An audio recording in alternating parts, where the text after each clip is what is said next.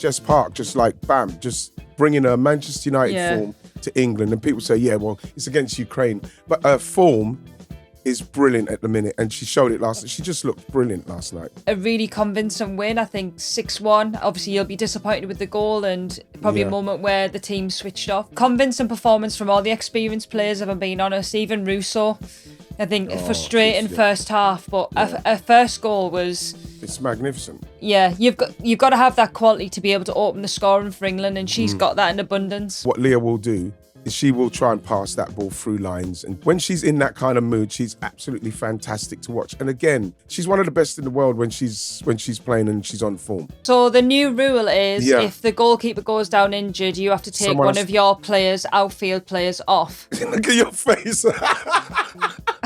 But Ian, we won a bronze medal in the World Cup because KB just kept going down tactically. So I ain't changing that rule. It worked.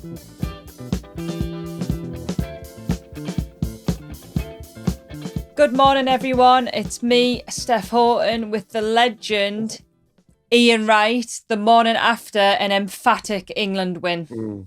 How are we, Steffi. Ian? Really good. I feel really good. I watched the game, and then I watched the highlights just because I wanted to, because I don't know why I'm getting so anarchy about it.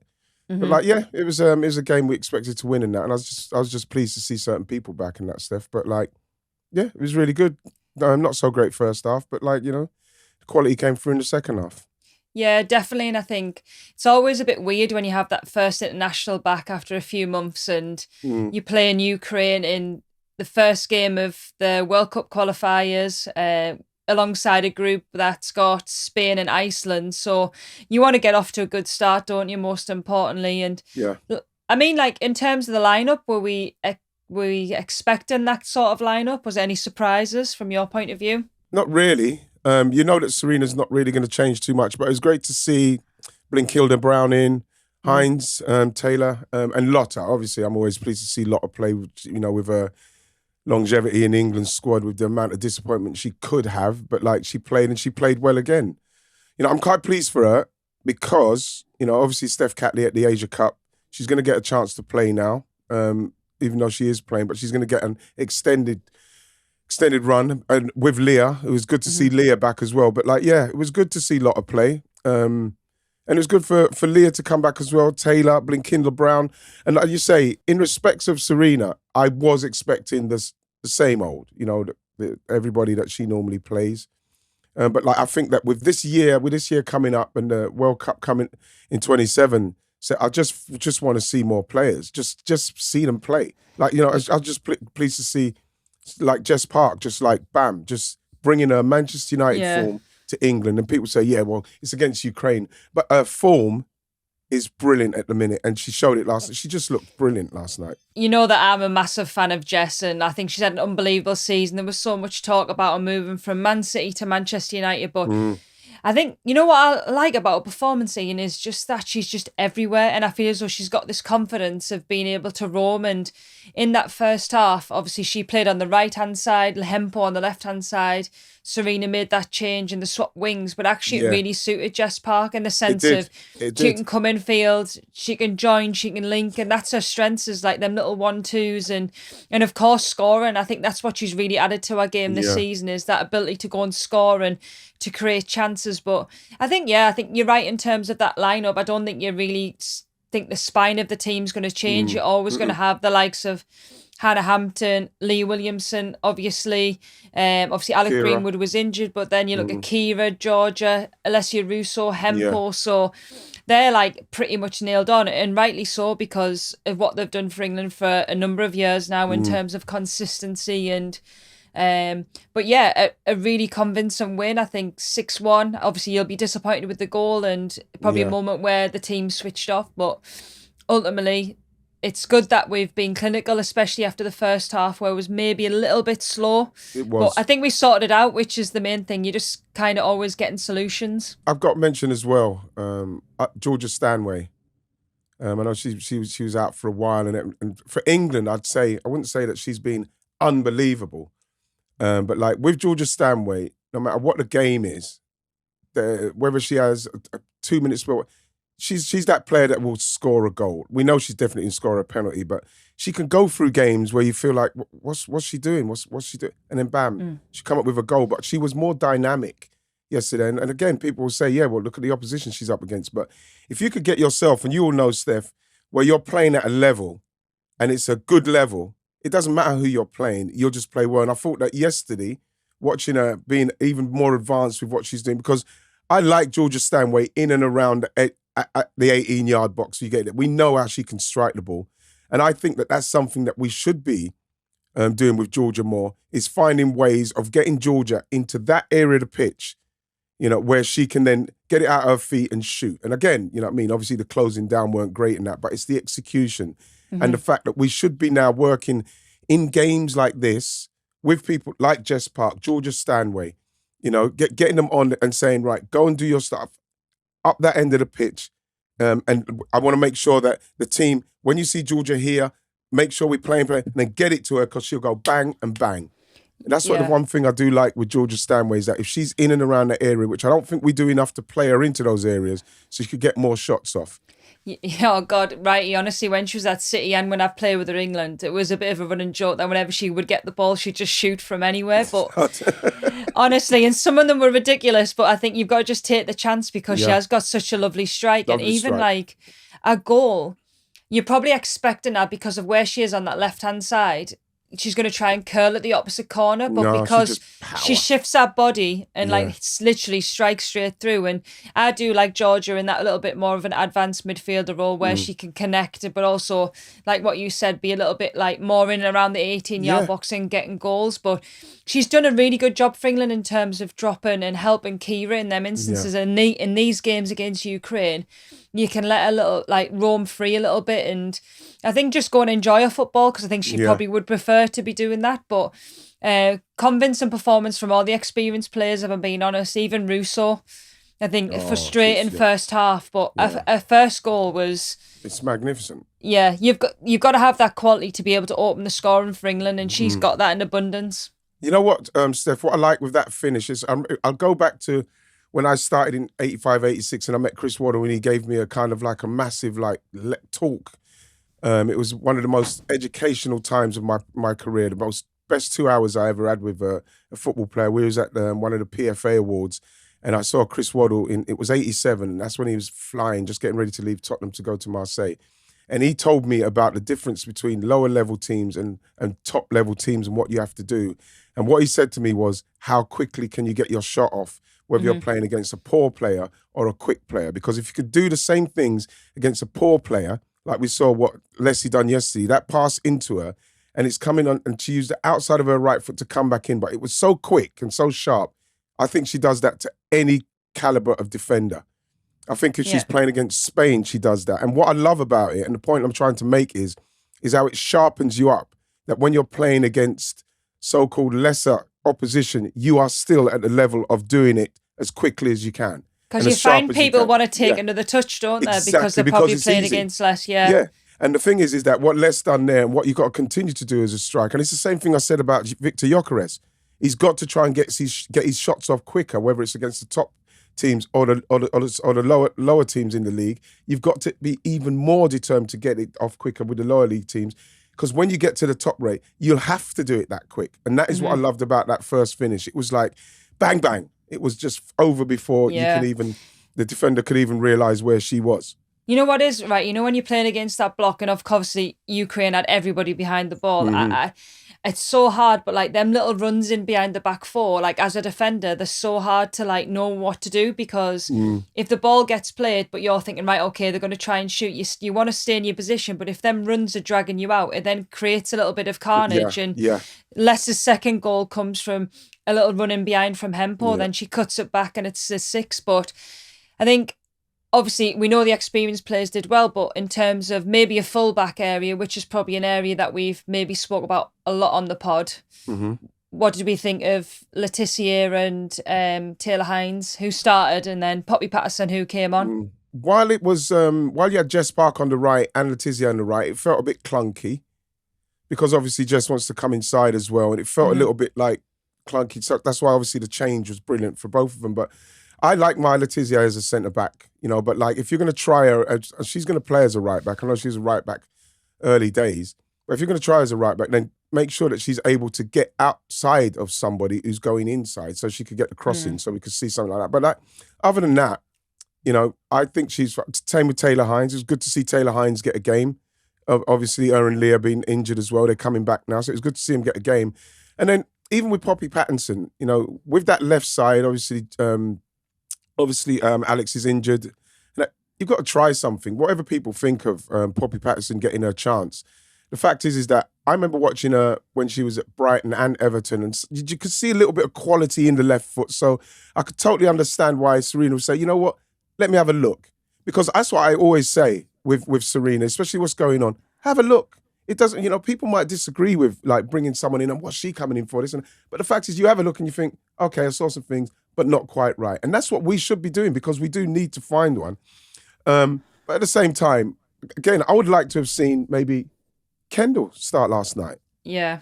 She came on for Kira in the end, but I'd like to see her start in that game, because you could see that if Ukraine were going to give problems once we started, you could then change it at halftime, because there's no way they're going to cause us the kind of problems where we're 2-0, 1-0, 2-0 down at halftime, and then you have to bring on the troops. Mm-hmm. So it's just in games like that, you just want to see how someone like Kendall, like how they operate.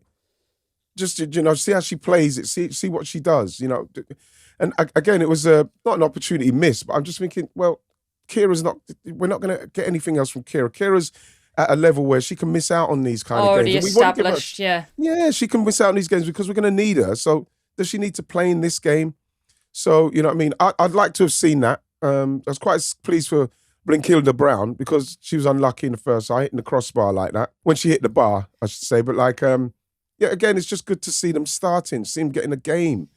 Yeah, we've said this, haven't we? This obviously got 2 years to 18 months to be able to get the team ready and to give people experience. And I think I agree with in terms of we've just got to try. And that's the main thing that we can. And these 2 games, potentially Ukraine, Iceland, and no disrespect, but they are games where you could potentially go, right, okay, like we've got a chance to, if we have the bulk of our squad, but in the team you can have experienced players that'll help a Taylor Hines, help a Poppy Pattinson. And then they can just have a go and they can see. But obviously when you're training with England's squad, the level of that squad is enough to probably be able to kind of go, actually, I can make my mind up on you already, because you either sink or swim in them environments. Because you know what I found when I was in England, the training sessions were harder than some of the games, because the quality is so high. And it can be quite intimidating. But again, you have to bring people in to have a look. Leah as well. Again, I'm talking about like the quality. And what I like about Leah, what Leah will do, is she will try and pass that ball through lines. And when she's in that kind of mood, she's absolutely fantastic to watch. And again, we should be making sure that we get the kind of movement against whoever the opposition is, where she can use her ability. Because she's not afraid to pass through lines. She'll go over the top. She'll to the point where sometimes you think, Leah, that pass isn't on. But she's so good at that. Again, we should be doing more to say, right, when she gets on it with time and space, let's start moving. Let's do something. Because her passing, she's one of the best in the world when she's playing and she's on form. We have to use them strengths though, don't we? Because even though you're playing against a block, everybody thinks that it's all about just short, sharp passes, but actually that little switch of play, that little diagonal into the 10, it makes them think and it makes them change shape quite easily. So I'm all for a diagonal and a longer ball, because that was very much part of my game. Yeah, that's what you used to do. It frustrates the life out of us when they say you're just switching it for the fun of it. And I'm just like, no, well, there's a reason why we're doing it. And obviously there is, Steph, because what it is, Steph, sorry to interrupt you, is go on. Is that if you're good enough, where you like yourself and Aliyah is good enough, especially against that opposition, this is why it's so frustrating watching England play so slowly and so pedestrian against this kind of team, because the sooner you can get it and switch it is what mixes those teams' brains up. This is what throws the chaos in for them, because they've got their set block what they want to do. And we're not talking about high standard international players, and I'm not saying it disrespectfully. So the quicker you move the ball to make them have to think, as you will know, Steph, the more you're going to get spaces and people are going to make mistakes. And this is why I get so frustrated when a good team like England starts so slowly. I think as well, Ian, like we've lost that little bit. It's maybe like across football in general, everybody's like very much about like short passes, passing sequences, control the football, but you can do that in different ways. And Yeah. I always remember when I got first into the England setup in Brent Hills, I was watching, I think we were playing maybe a Sweden, and I think it might have been Farah, even though she wasn't centre half, she put this ball right over the centre half's head and the opposition, and Brent was like, came to us and he went, if you can continue to do that, you'll add an extra part to your game. And like it's always stuck in my head that if you can like play that ball in behind or like over defenders' shoulders, it gives you a chance first and foremost to get up, but also like if you've got Lauren Hemp on the left wing, she's got pace to burn, give her the ball. Do you know what I mean? And that's just another weapon. But I think Leah, obviously first 45 minutes back since the final, was fantastic, and obviously it's good that we're protecting her and making sure that she's coming back in and she's got longevity for this season, because she's going to be such a key player. And overall, a really, really good performance from England in the second half, so. Especially. You know, especially as you know, one of my favourite players ever, Lauren Hemp. She went on a run in that. That's what I want to see her doing now. Again, you know, we're seeing it against Ukraine because obviously, you know what I mean, the confidence comes through you. She's playing well as well. Her club's doing brilliantly. You could see the confidence in her. Seeing her taking on 4-5 running across and then just missing it with her right foot. Again, that's the Lauren Hemp that you want to see in all the games. Give her the license to get the ball and just run at people in that mid, you know, come from left side, cut right through the middle and try to get in and score those kind of goals, because that's exciting. And that's the Lauren Hemp that when I first started watching her, she got on that ball and she'll try and get down that wing and cross it, or she'll attack people inside like she did last night. And I just want them to keep that kind of like attitude in every single game. I'm going to go out and play like this. Georgia, Lauren, Leah, all of them, just play how you play, so as then we can really cause teams problems in that last third. And obviously we've still got Lauren James to come back to her fullness at the moment. Obviously Chelsea ain't having a great season. It's not going great for them, and we're not seeing that kind of like explosive, unbelievable stuff from Lauren that you normally see. But you know, she'll raise her game, because everybody looks like they're going to raise their game, and it's easy to look at Ukraine and think, oh yeah, it's easy. And I know I keep saying that, but people will say that. But again, you've got to get to a level and stay there, and then go again. That's how you dominate in international football. The strength and depth there, and we've always said that, haven't we? When you got the likes of Lauren James and Aggie Beaver-Jones coming off the bench, and you've got the likes of Tooney, Alex Greenwood was injured yesterday, Lucy Bronze on the bench, Chloe Kelly. So we've always known that strength and depth. And the girls have got Iceland on Saturday at the City Ground. So pretty much more of the same, do you think? Yeah, I hope so. And I can't see it being any different. I actually hope they do the same kind of thing. Just be very ruthless with what they're doing.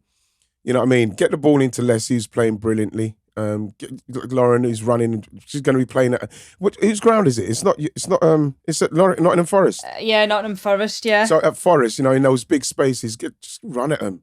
Pass the ball quick. I'd love to see Lucia Kendall start in that. Give Kira Walsh a rest. And, you know, I'm not saying it like, oh, get Kira Walsh out. No, Kira Walsh is one of our greats. And, you know, the time comes, she'll show that when the big games come. But let her play. Let Lucia play in these games. Yeah. Let her play. Worst ways, you know, give her 60, 70 minutes doing it, getting used to it, getting used to the players around her, playing with people like Georgia Stanway, Leah behind her, the first teamers, Leslie in front of her. You know what I mean? That's the key thing, Ian. You know what I mean? Playing with the top girls. Yeah, with those top girls. You know how it is, Steph. Remember, you get into England, you know what I mean? Sometimes you're not playing with Gaza, or I'm not playing with Lineker or someone like that. You think, God, how am I going to show my best stuff? I don't know if I can beat them names, you know, Gaza and Lineker. They're not bad, you know. Lineker and Shearer. You know, when you get in, I remember when I first played with them, especially with Gaza and Lineker, my first game at Cameroon, I felt like I was floating on air because I'm playing with the guys that just came back from the World Cup who were brilliant. And you feel like you're on their level, so you can play to their level. And this is what you want to see with someone like Lucia Kendall. You want her playing with Leslie up front, you know what I mean? You know, with Georgia Stanway next to her. You know, stuff like that. Even if you have Kira Walsh, play her as well, so she can go forward and come back and watch what she needs to do. Get that experience in the game.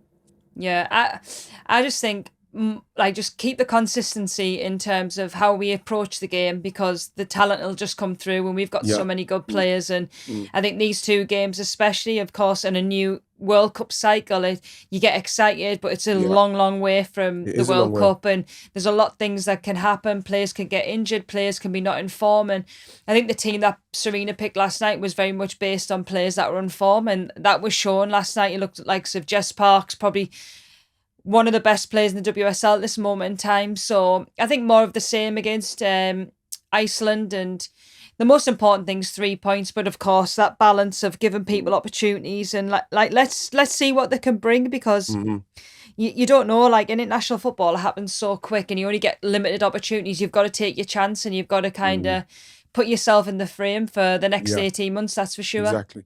I think one thing, just as a nitbit in respects of criticism, we should not be conceding a goal like that. No.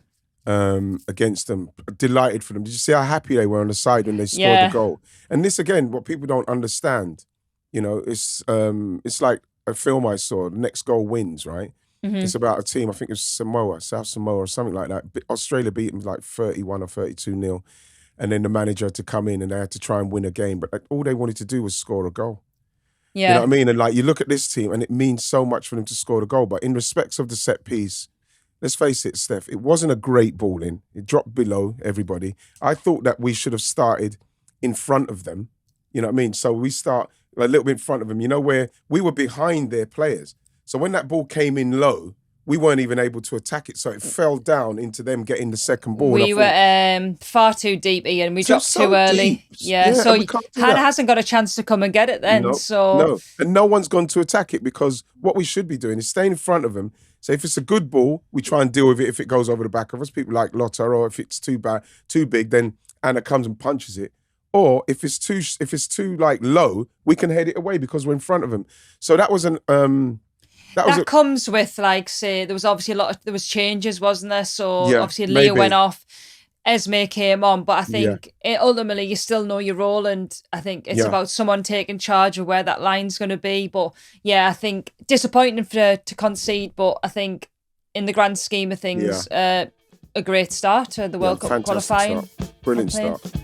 So Steph, next season, the new rule, when the one where I hate it. I hate watching it. I hate when it happens. Goalkeeper goes down. We know that it's a timeout for coaches and everything like that. I'm pleased that they're clamping down on this, because it's so blatantly obvious. To the point where, Steph, why can't we just have a coach can call for one timeout, timeout, instead of doing that, because it's frustrating for everyone. See, the goalkeeper, there's nothing wrong with them. Everybody runs to the coach, and then they give them the what's it called, the directions or what they want them to do. So the new rule is if the goalkeeper goes down injured, you have to take one of your players, outfield players, off. Yeah.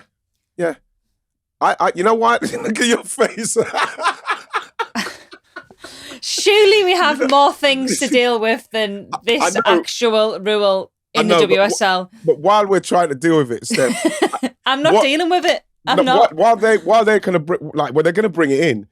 But what people will realise, and what they should realise now, is that you know what? We don't want to do that. We don't want to have to take someone off. So goalkeeper, just don't go down. There's nothing wrong with you. Let's just play on. So as you don't have to, because who do you choose? Who do you choose? Someone has to go off for a minute. You think, well, who? Well, it's obviously going to be a striker, because you're not going to take a defender off, are you? So the strikers are going to be fuming. I'd love to have been in that like brainstorm meeting when they came up with it and said, and just to finish it off, they have to take a player off from anywhere. It's mad though, right? I agree with it. Like, say, just having like a designated timeout where they can get on tactical information, because the stakes are so high. So everybody's trying to find little wins. Yeah, and you're seeing it while it's happening. You're seeing it in real time, so you're changing it as it's going. Yeah, so like, what happens if the keeper's actually really injured, generally injured? Because there's actually times where players watching WSL, Premier League, and they've actually are generally injured, but they have to go off. So what do you want them to do? Just hobble around for the next minute so they don't have to go out. They're going to get treatment anyway. Let me see. But Ian, we won a bronze medal in the World Cup because KB just kept going down tactically. So I ain't changing that rule. It worked. It worked. You know something? I know, like you're right, Steph, in respects of like better things to do, but like it is one of those that everybody knows what's going on. But I think they've put too much thought into it because you're right. Some people might be genuinely injured, and if they are genuinely injured, you should be able to go over to the sideline because it's a break in play. But if you know that, how do you prove that they're not genuinely injured? How do you prove? Exactly. It's something that they shouldn't be worrying about it. Just leave it in the end. But like, it is something that's quite frustrating. If it's something that's really like frequent in a game and it's like continuously blatantly doing obvious. it, just yellow card, like then you've got no choice but to do it. Like Thank you. Surely there's easier ways. Like I get the whole principle because you're trying to like make the game flow, but then ultimately like the game doesn't flow anyway because they take so long to make decisions on a normal free kick or a corner or whatever it might be. So concentrate on that kind of thing. Absolutely. I feel very strongly about it, Ian, if I'm going to be honest. I could see it, Steph, because your face. I was like, I've never heard of this before. Well, it's going to be interesting to see how it goes, how people try and get around it. But like, I wonder what our people think. Let's give it to our people and see what they think. Give it to the Crossways Massive. Yeah. Can you tell us what you think? Does it? All I want to know from the Crossways Massive, right? The CM is does it annoy you when you see a goalie go down and you know there's nothing wrong with him? They're just getting tactical advice. Does that bother you that the game's not flowing, or does it bother you at all? I suppose it depends if it's Arsenal men going for the league and Raya goes down and it's a chance to win the league. Well, to be honest, we have to. Yeah, we'll have to see that if it happens, but we can't blame Arsenal for doing that. I tried to get a bite out of you, it didn't work. We can't. I was going on. If I keep talking, I was going on to say because that should be okay. You know what I mean? It should be okay simply because it's Arsenal. Yeah, but let's know what our people think and then give us a shout. Perfect. What are you doing for the rest of the week, Steph? I'm doing the City game tonight, City Forest, so big game for both of us tonight, isn't it, really? Yes. Are you going? No, I'm not going. I'm not going. I'm going to just stay and watch it. I'm getting too nervous going to watch games. I thought you now. would, I don't know what it is, but like, I do feel, I'm not even going to lie, I do feel that we're going to be okay, but the journey's tough. It is there's tough. There's a lot of potholes. There's so much noise as well, but I think you guys will be fine, being honest. Fine. So I'll speak to you soon? Yep, next week. Next week, man. Take it easy. Say all right to everyone for me. I will do. You too. Take it. You're the best. See ya. Bye. Bye.